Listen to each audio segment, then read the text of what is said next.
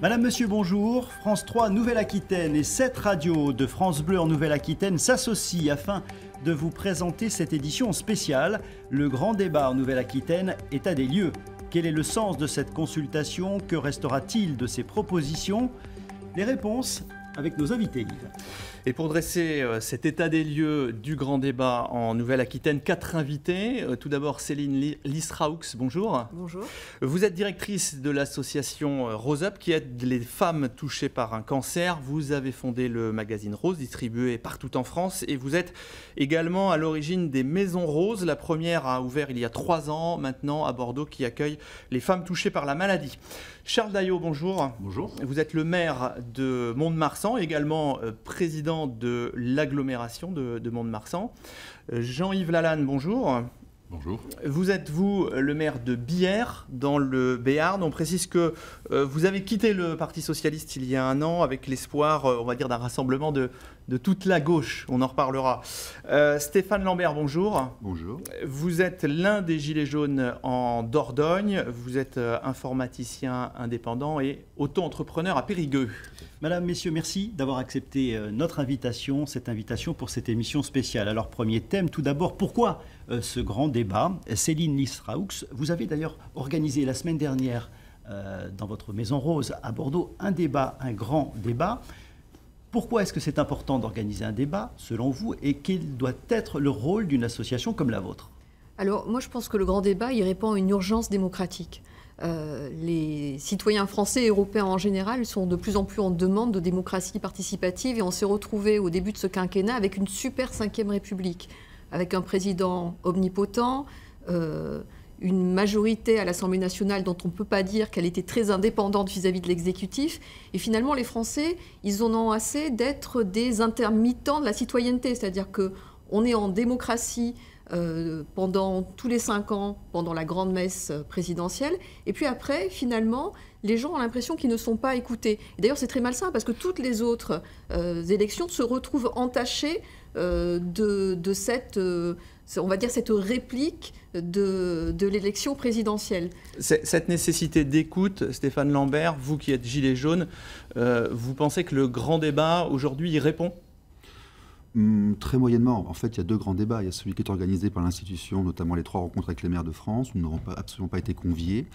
Et il y a l'autre grand débat organisé par la population, qui est un petit peu anarchique. On ne comprend pas très bien comment ça se passe, ni comment ça va se faire. Enfin, tout reste à démontrer, en fait. Vous, par exemple, en Dordogne, puisque vous êtes sur ce territoire, du côté de Périgueux notamment, fait. vous avez pu assister à des débats. Comment est-ce que vous vous inscrivez dans cette démarche ?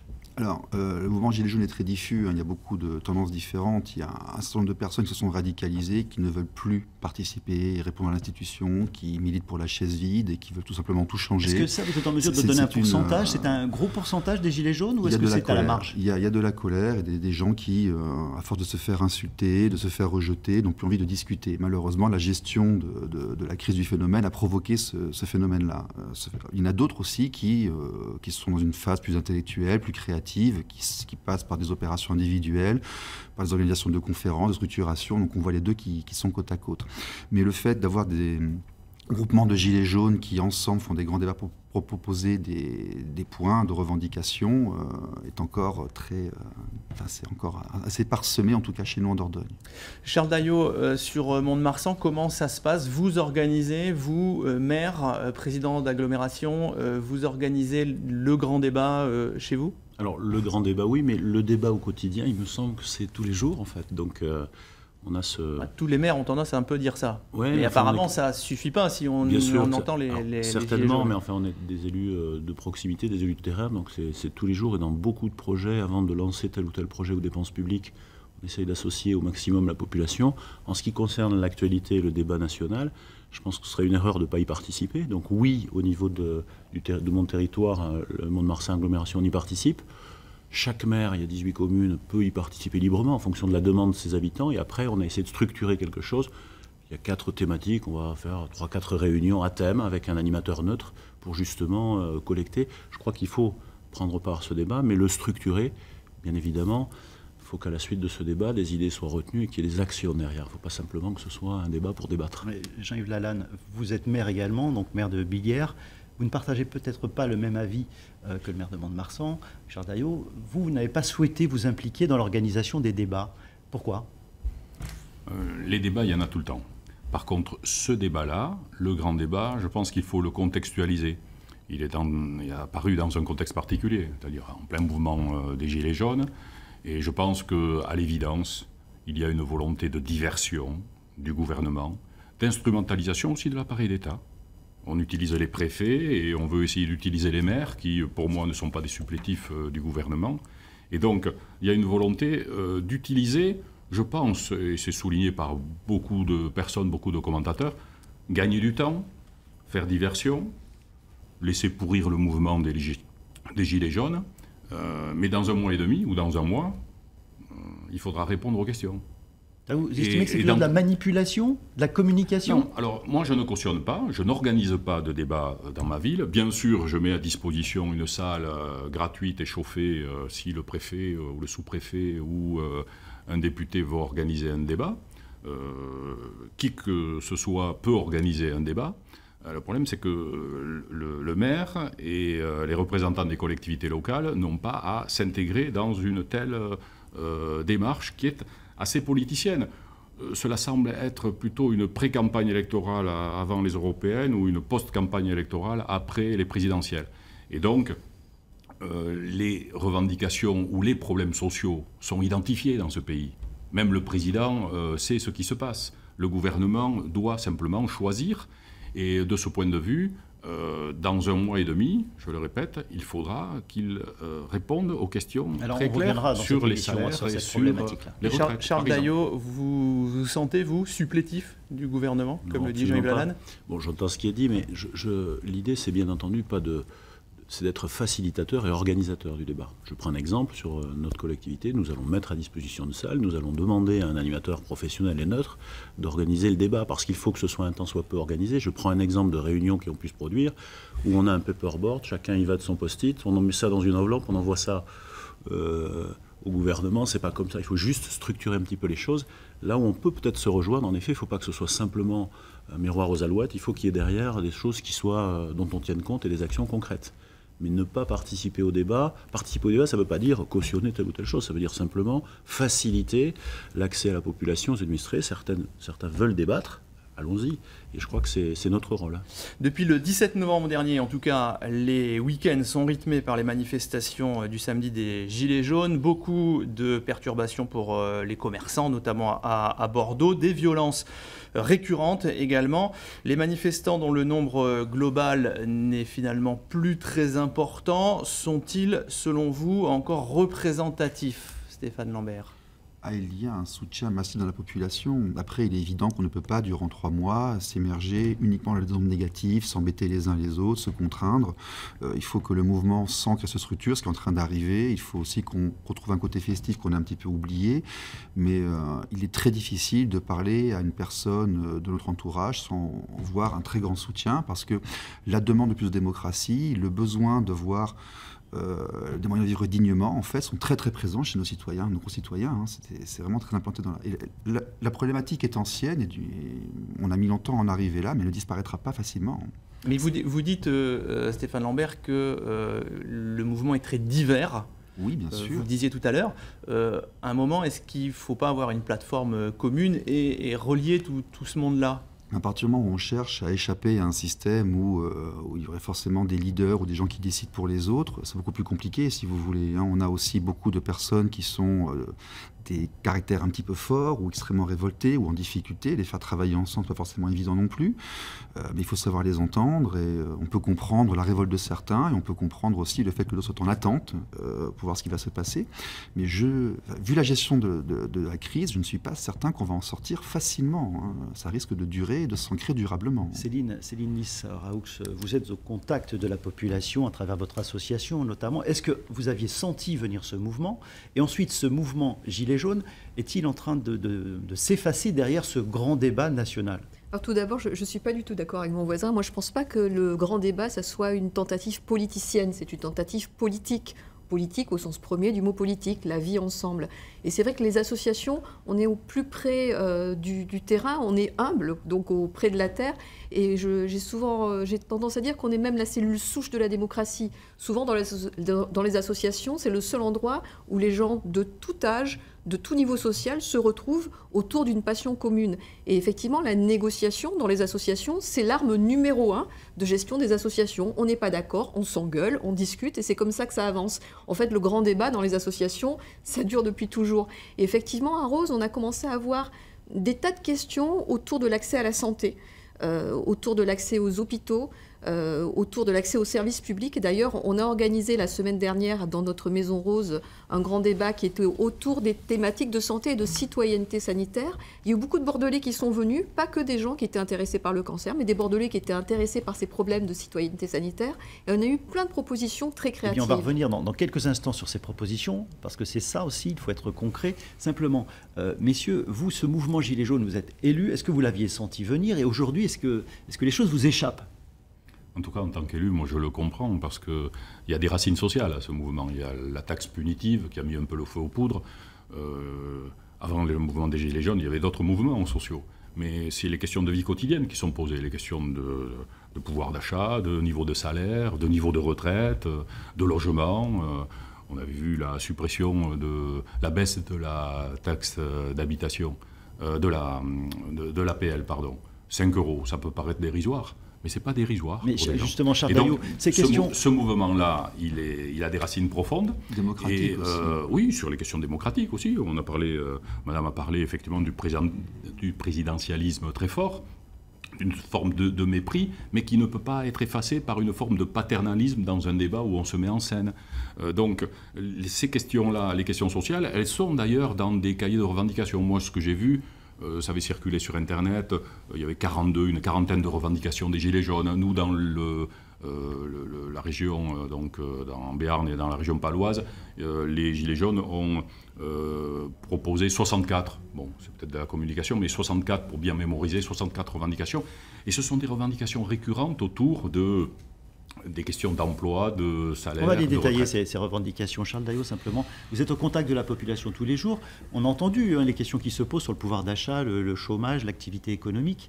Et tout d'un coup, il y a un mouvement qui apparaît et qui impose en fait au pays un débat et une nécessité de prendre le dossier en charge. Ça vous avait échappé, vous, élus de terrain? Échappé, non, parce que les premières... Je crois que le mouvement a un peu évolué, et puis je pense que parfois certains ne se souviennent plus de la première contestation. Je rappelle qu'au départ, c'est ce qui a la goutte qui fait un peu déborder le vase, des annonces peut-être d'un calendrier inapproprié, peut-être une manière aussi de les annoncer sur les 80 km/h, l'augmentation du gasoil et autres. Ça, c'est peut-être aussi le déclencheur, mais c'est quelque chose qui était latent, qui n'est pas lié uniquement à ce gouvernement. C'est peut-être des années, des décennies de non-réforme ou de réforme avortée. Donc que ça nous ait échappé, que ça couvait, tout le monde en était certainement conscient. Peut-être que la prise de conscience a sûrement été un peu tardive à mon sens. Et aujourd'hui, par contre, il faut absolument prendre la main sur ce débat-là, parce qu'on voit par contre, parfois, un petit peu de radicalisation. Ça peut arriver dans certaines zones où il y a peut-être moins de monde sur les ronds-points, mais ceux qui sont là sont très très motivés, avec les avantages et les inconvénients. Stéphane Lambert, ce débat, on voit bien, donc il génère des propositions. C'est tout l'objet maintenant de ce thème. Quelles sont les propositions, quelles sont vraiment les questions prioritaires aujourd'hui qui doivent remonter et être traitées en urgence selon vous et selon le mouvement des Gilets jaunes? Alors, quand on en parle entre nous, très clairement, il y a deux choses qui émergent. Il y a une demande basée sur le pouvoir d'achat, parce que très clairement, il y a une partie de nos concitoyens qui ne peuvent plus se rendre utiles, ou qui ne trouvent pas le moyen de s'y rendre utile, ou alors qui ont des accidents de vie et qui vivent des situations absolument déplorables. Donc il y a une urgence, clairement. Quand on arrive de l'étranger, j'ai été expatrié durant 10 ans, on se rend compte que le pays va extrêmement mal et qu'il est totalement anormal de voir autant de gens chez nous qui connaissent la faim, la précarité, ça fait mal au ventre. Donc il faut répondre à cette chose-là. En deuxième, il y a énormément de petites revendications. On ne pourra pas être unanime et être tous en accord par rapport à ces revendications. Donc on s'était demandé comment pourrait-on faire pour prendre la main sur notre destin, et donc est arrivé le RIC. Cette idée de permettre à la population, un peu comme en Suisse, de pouvoir soumettre ses revendications ou ses idées ou ses demandes au consensus on rappelle le RIC, populaire, référendum d'initiative citoyenne. Tout à fait, pardon aux gens de voter, parce que ça fait quand même un peu plus de 20 ans qu'on ne peut plus voter, que les gens qu'on élise ne tiennent pas leurs promesses, ou qui signent des choses sans nous en informer, qui font absolument ce qu'ils veulent. Et les 2 dernières fois où le peuple s'est vraiment exprimé, ça n'a pas été suivi des faits. Le référendum de 2005, la grande pétition du mariage pour tous, sans parler du contenu, on parle du processus démocratique, si vous voulez. Les processus étaient valides et ça n'a absolument pas été suivi des faits. Donc les gens ont l'impression qu'ils n'ont plus la main du tout sur la façon dont on gère notre vivre ensemble. Ils voulaient reprendre la main sur cette chose-là. Alors plutôt que de lister 40, 50 revendications où on ne pourra pas être unanimement d'accord par rapport à ça, on voulait participer plus, nous voudrions participer plus aux décisions de notre pays pour notre vivre ensemble à nous. Donc il y a ces 2 choses-là en fait qui émergent très très fort dans les débats lorsqu'on en parle entre nous. Messieurs les maires, notamment Jean-Yves Lalanne à Billère, on entend bien ce souhait de démocratie participative. En même temps, on se rend compte, par exemple, les villes qui ont testé les budgets participatifs, les gens ne participent pas. Il n'y a pas une... Non, à Billère, on a justement lancé un budget participatif. Ça représente 50 000 € d'investissement, 97 idées, 17 projets, chiffrés par les habitants et les services techniques en quelques semaines, et 1350 à l'échelle d'une ville comme Billère, 13 500 habitants, c'est assez significatif. Il n'y a que 100 villes en France sur 35 000 communes qui proposent des budgets participatifs, qui représentent à peu près 5% du budget d'investissement. Donc ces démarches-là sont novatrices, mais je pense qu'il ne faut pas être hors sujet, c'est-à-dire que ces démarches d'innovation sociale sont pratiquées, mais en l'occurrence, sur le sujet dont on parle, c'est que le gouvernement est interpellé pour ceux qui le concernent, c'est-à-dire que c'est au gouvernement de légiférer ou pas, avec les députés, sur la réforme fiscale ou pas, sur les augmentations de salaire ou pas, sur les différentes lois qu'il peut proposer. Et donc, il y a des revendications immédiates auxquelles il faut répondre. Si le gouvernement ne répond pas... Chacun son travail, quoi. Oui. Si on est interpellé en tant que maire sur le budget municipal et sur les projets, eh bien, on y répond ou pas. On a tendance à y répondre parce qu'il y a une démocratie justement de proximité. Mais là, un gouvernement qui est hyper centralisé, 5e République, détaché, parfois méprisant, on le dit souvent, trop, eh bien maintenant on doit changer. Et il faut non seulement écouter, mais entendre le mouvement. Sinon, on va vers de graves déconvenues. Et il y a quelques semaines, pour le gouvernement Macron, pour répondre. En Espagne, je donne souvent cet exemple-là. En Espagne, ils ont augmenté le SMIC de 20%. Ça ne règle pas tout, mais c'est quand même une avancée, parce qu'il y a un effet différé, un effet sur les salaires. Céline ça s'est fait en Espagne. Céline Israël, puisqu'on évoque aussi dans ce débat les problématiques de services publics. Vous êtes à la tête d'une association en contact avec notamment les problématiques de santé. Quelles sont les propositions qui remontent de ces débats? Alors, moi, je veux quand même réagir à ce que disait monsieur. Je ne suis pas du tout d'accord. Je pense que on est sur une crise qui n'est pas la crise du gouvernement. Pour moi, je ne ressens pas du tout de mépris de la part du gouvernement. Je crois qu'on est sur une grave crise de la Ve République. C'est une crise de régime.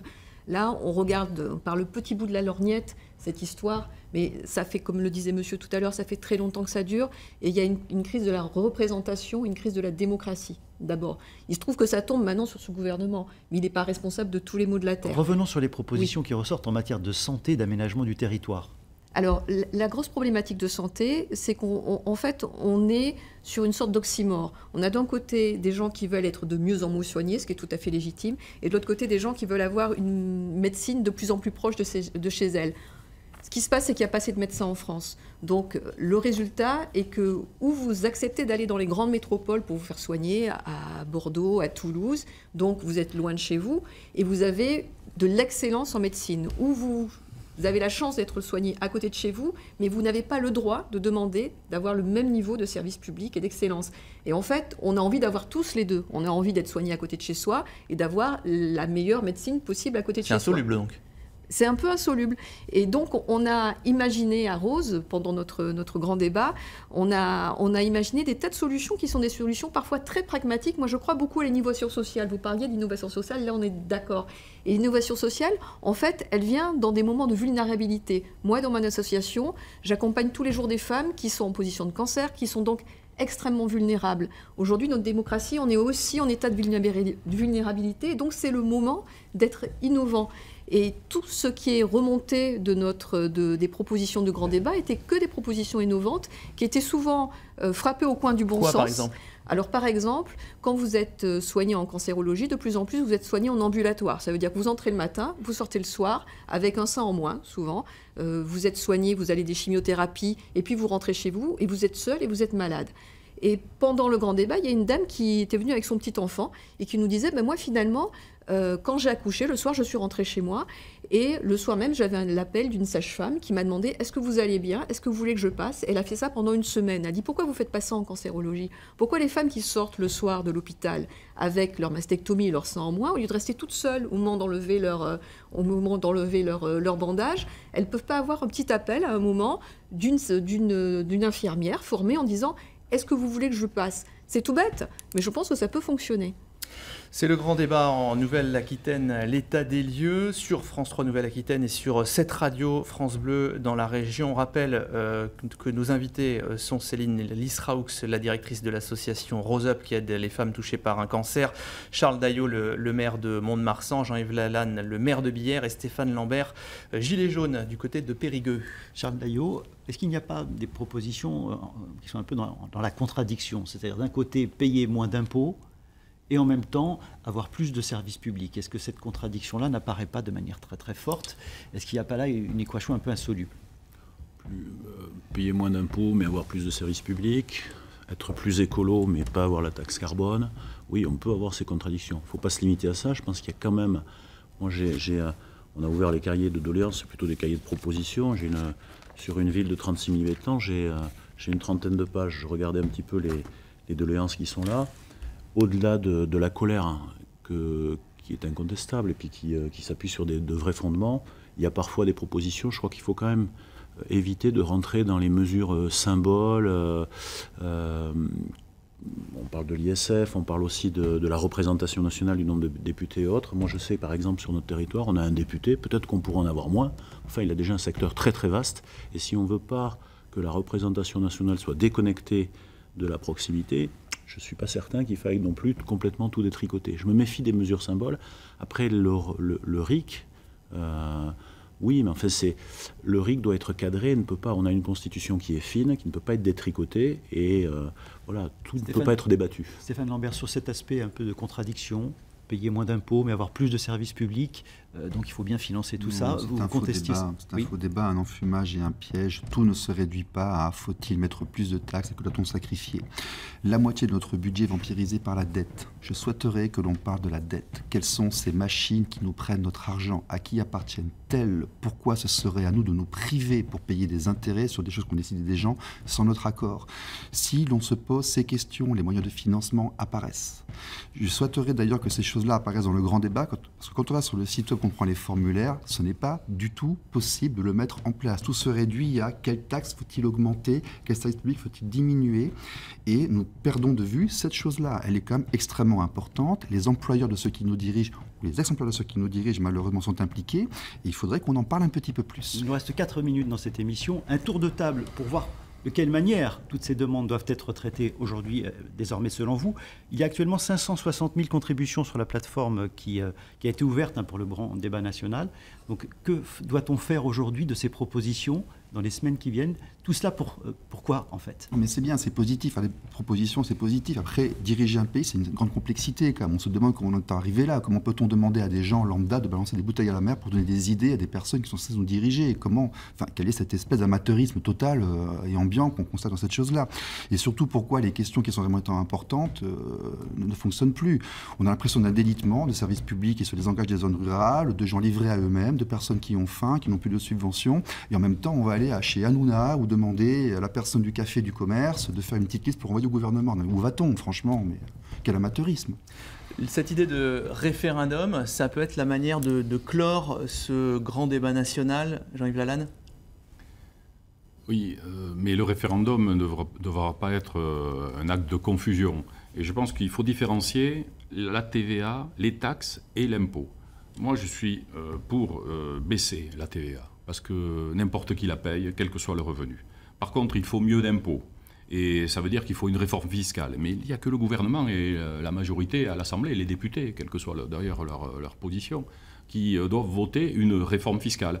On parle et on retrouve ça dans les cahiers de doléances, des propositions de réforme fiscale avec plus de tranches, un impôt plus progressif. C'est cela qu'il faut faire et éviter cet enfumage qui consiste à dire que les gens veulent payer moins d'impôts. Moi, je veux payer plus d'impôts, mais ça dépend comment, effectivement, ma tranche est considérée. Il faut une réforme fiscale. Et là, encore une fois, c'est un chantier gouvernemental auquel le gouvernement Macron devra répondre. Céline Lisraoux, en 1 minute pour conclure. Aujourd'hui, à ce stade-là, qu'est-ce qui serait un échec et qu'est-ce qui serait en fait une réussite après tous ces débats? Moi, je trouve que le mouvement utopique vers lequel on tend, c'est déjà une réussite. Je pense qu'on discute, je pense que les gens se réunissent le week-end, ils font parfois des kilomètres pour être autour d'une table et proposer des choses. Et moi, en tant que démocrate, je trouve que c'est extraordinaire. Tous les deux, vous avez employé le mot enfumage. J'aime pas ce mot-là, parce que c'est jamais de la fumée qui sort de la confrontation démocratique. C'est toujours de l'intelligence collective. Et c'est avec cette intelligence collective qu'on fera avancer les choses. Il faut qu'elle existe. Et ensuite, vous dites c'est une bouteille à la mer. Moi qui suis directrice d'une association, tous les jours, on se bat pour les droits, des malades en l'occurrence, mais les droits de tout le monde. On a pu, il y a 4 ans, faire passer une loi sur le droit à l'oubli pour les malades de cancer. Vous ne méprisez pas vos membres, vous ne les insultez pas, vous travaillez avec eux, c'est très différent. Mais qui vous insulte, monsieur? Nous sommes des feignants, des mendiants, nous ne revons que de l'argent. La réponse est quand même extrêmement violente. Pour conclure, on va donner la parole également à Charles Dariot pour conclure, parce que c'est la fin de cette émission. Comment est-ce que l'on sort de ce grand débat pour que les choses soient positives et qu'il en ressorte quelque chose d'intelligent? Alors déjà, 2 choses. 1, coupler un référendum, oui, pourquoi pas le coupler avec les élections européennes, parce que ça, je pense que ce serait une confusion. Il y a un chantier qui est l'Europe et un enjeu particulièrement important, on voit bien avec ce qui se passe en dehors de nos frontières. Je n'ai pas envie de me retrouver dans la situation de la Turquie ou de l'Italie. Donc c'est bien dissocier les deux. Et en ce qui concerne les référendums, je pense que c'est des choses, nous, en proximité, on a des choses à faire remonter, bien évidemment, auprès de nos députés et autres. Et puis, les maires que nous sommes, on peut aussi participer à des services de proximité, à aller au plus... Il y a une fracture territoriale sur ce sujet-là, c'est à nous de la combler. Merci, madame, messieurs, merci. C'est la fin de cette édition spéciale, le grand débat en Nouvelle-Aquitaine, état des lieux. Dans quelques instants, la suite de nos programmes. Excellente après-midi. Merci.